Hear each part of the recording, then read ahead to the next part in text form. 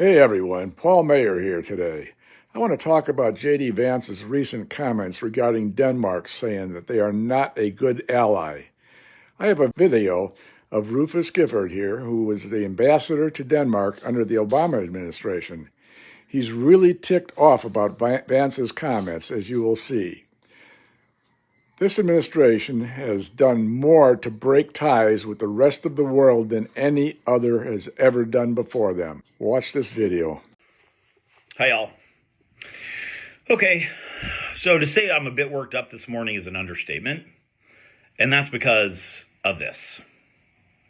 Yesterday, the Vice President of the United States goes on Fox News and says that Denmark is not a very good ally.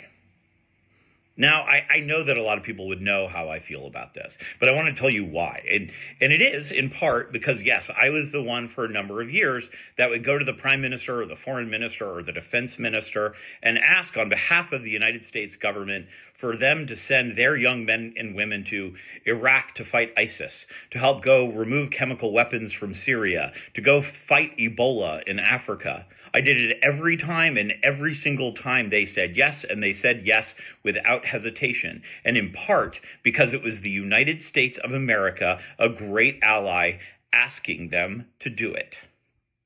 And for them to hear today that now the Vice President of the United States is saying that they are not a good ally when they have lost more people per capita, young men and women, in Afghanistan than any country other than the United States of America, it is just shameful. I have been to these funerals. I've heard stories of young men who've had their legs blown off by IEDs in Afghanistan, of young men who've had to go through numerous surgeries and now live in constant pain because of something that happened to them on the battlefield. For them and their families to now hear the vice president talk like this is just heartbreaking. And honestly, like Americans, we have to show outrage to our European partners. This is shameful, and this is a moral shortcoming. And honestly, look, we understand that the reason he's saying it is because they are not bending the knee to Trump's authoritarian, imperialistic takeover of Greenland. We get that. But at some point, this is about something so much bigger.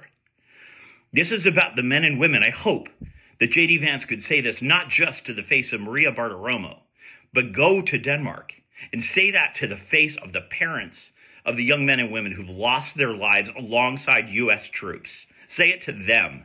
And then you will have just an ounce of courage. But until then, it is just shameful. And look, Americans, we need to show a little outrage here.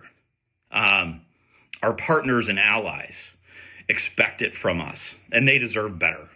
Thanks.